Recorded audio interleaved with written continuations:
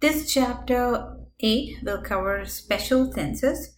Special senses are those whose sensory receptors are present in large organs in the head. For example, the sense of smell is present in olfactory organs.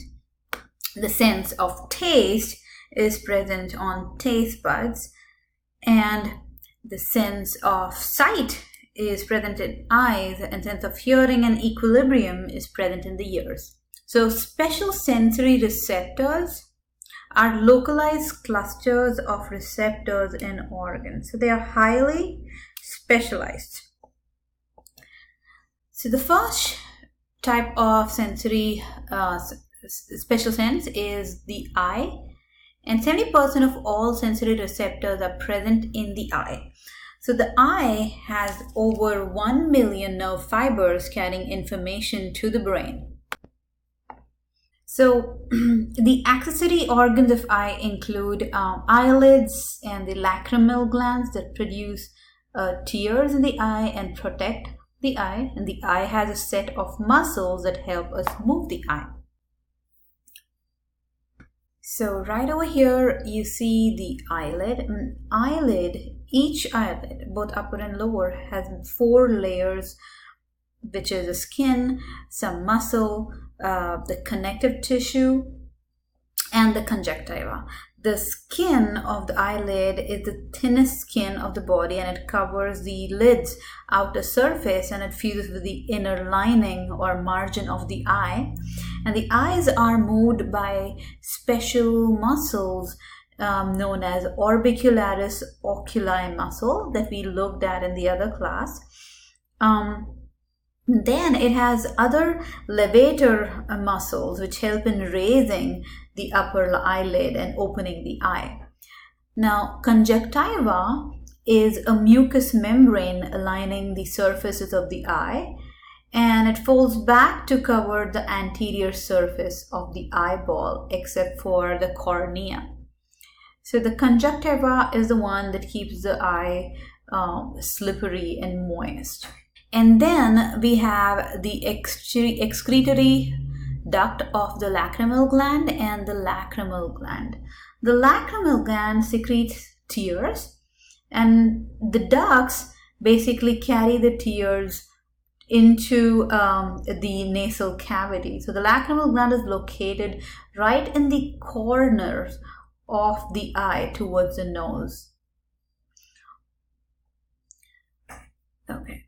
So the eyelashes of the eye, they produce an oily secretion due to the tarsal glands that are located in between the eyelashes. They keep the eyes moisturized and slippery. And then we have where tear ducts. So the lacrimal gland we talked about, they produce tear. Now tears have perform the function of cleansing the eye, protecting the eye. They also moisten and lubricate the eye. But tears also contain mucus and antibodies to defend the eyes against the antigen. So the eye is a hollow structure which is about 2.5 centimeters in diameter, and its wall has 3 distinct layers. It has the outer layer, which is a fibrous layer, and then it has a vascular layer, which is the middle layer. So this layer has blood vessels, and the innermost layer is the sensory layer, and the spaces within the eye are filled with fluids to maintain the shape of the eye. So if you look at the structure of the eye, so if you look at the structure of the eye, the outermost layer is the cornea. So the outer layer bulges outward as a transparent organ that we call the cornea. So this bulge that you see on the outside is the cornea. So that's like the window of the eye. The cornea helps focusing the light that enters the eye. And this area is transparent because it contains very few cells and no blood vessels at all. This cell in this region, so the eye in this region is usually a bunch of collagen fibers in regular patterns. Now, the cornea is continuous with the sclera. So this layer over here, the white portion of the eye that you see in a person, that is the sclera of the eye. So the sclera protects the eye and serves as an attachment for the muscles in the eye. And in the back of the sclera, so in the back portion, you have a bunch of optic nerves in the end. So the optic nerves and blood vessels are important for vision. So those are present in the outermost layer of the eye. And then the middle layer of the eye includes the choroid coat, and it also contains ciliary body, which is the thickest part of the middle layer. So the right over here is the choroid coat.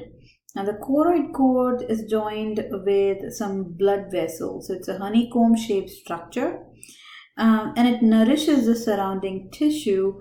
Along with nourishment, it also produces a lot of melanocytes. And the melanin that these cells produce absorbs the excess light and keeps the inside of the eye dark.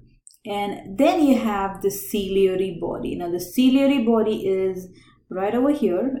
So this red layer in the front is the ciliary body. The ciliary body is the thickest part of the middle layer. And so these ciliary bodies contain a lot of processes known as ciliary processes. So these are a bunch of smooth muscles that constitute the ciliary muscles right over here. And then the third part of the middle layer is the iris. The iris is a really thin diaphragm that's composed mostly of connective tissue and smooth muscle fiber. The iris divides the space in the eye properly. So right over here you see the iris, and it creates a separation between the back of the eye. So the right over here is the lens. So it separates the lens from the cornea. Now the ciliary body itself has the surface of it has epithelial tissues on the inner surface that secrete something called as the aqueous humor. So the aqueous humor is the fluid that circulates through the pupil, and the aqueous humor fills the space between the cornea and lens and helps nourish this part. So the aqueous humor leaves the anterior chamber through the veins and the scleral venous, and a special drainage channel which is called the scleral venous. So this sinus is in the wall of the anterior chamber that is between the junction of the cornea and the sclera. So glaucoma is a disorder which develops when the aqueous humor forms faster than it is removed, and the fluid accumulates in the anterior chamber of the eye. So the innermost layer of the wall consists of the retina. The retina contains visual receptors, and the retina is a sheet of tissue that's continuous with the optical nerve. So the retina ends right behind the margin of the ciliary body. So it's right over here, and this layer, the yellow layer, is the retina. So the next important feature of the eye is an area known as fovea centralis. Fovea centralis is the region of the retina that produces the sharpest vision. And right under the fovea centralis, you have a bunch of optical nerve, and this region over here is called the blind spot or the optical disc. Because the optical disc does not have any photoreceptors, so it does not generate any image. So this is called the blind spot of the eye. And right through the optical disc, there is a central artery and a vein that passes through the optical disc. And these are just a bunch of blood vessels that carry oxygenated blood to the cells of the eye and take away deoxygenated blood away from the eye. Now the space in between the lens, ciliary body and retina is now the largest compartment of the eye. So this over here is called the posterior compartment or the posterior segment, and this is filled with a jelly-like fluid known as vitreous humor. And the vitreous humor, along with slippery liquid, it also contains collagen fibers, and it protects the internal parts of the eye and helps in maintaining the shape of the eye. So if you take a closer look at the blind spot and the different nerves, which we call photoreceptors, help in providing vision to the eye. So the most important type of cells over here are rods and cones. So rods and cones are not evenly distributed in the retina. So the rods are most dense around the periphery or the edge of the retina, and rods help in peripheral vision and vision in dim light. Okay, and then you have the cones. So these over here are rods and these over here are cones. Now cones are the types of cell that provide colored vision and help in visual acuity. Okay, so there are two types of cells you need to know, rods and cones. Visual acuity is provided by cones, and it just means that, a point of sharpest vision or anything we wish to particularly focus on. Okay, so we have three types of cones. One responds to blue light, the other to green light, and then the third cone responds to a variety of wavelengths, including green and red wavelengths. Okay, so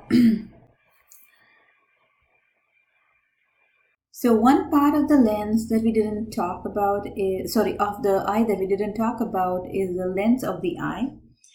So the lens is perfectly transparent and it looks like a hardened jelly, but as we age, the lens of the eye can be covered by cataract. So the light entering the eye is focused on the retina by the lens, and it's held upright by these bridge-like structures or these thread-like structures known as suspensory ligament. And the condition where the eyesight becomes hazy as we age can be due to formation of a cataract, and some other reasons why we can have a hazy cataract that fills the pupil is due to the intense sunlight, heavy smoking, diabetes mellitus, and so on. So there are other medical conditions that form a cataract in the eye. So the main job of the lens is to divide the anterior segment from the posterior segment of the eye.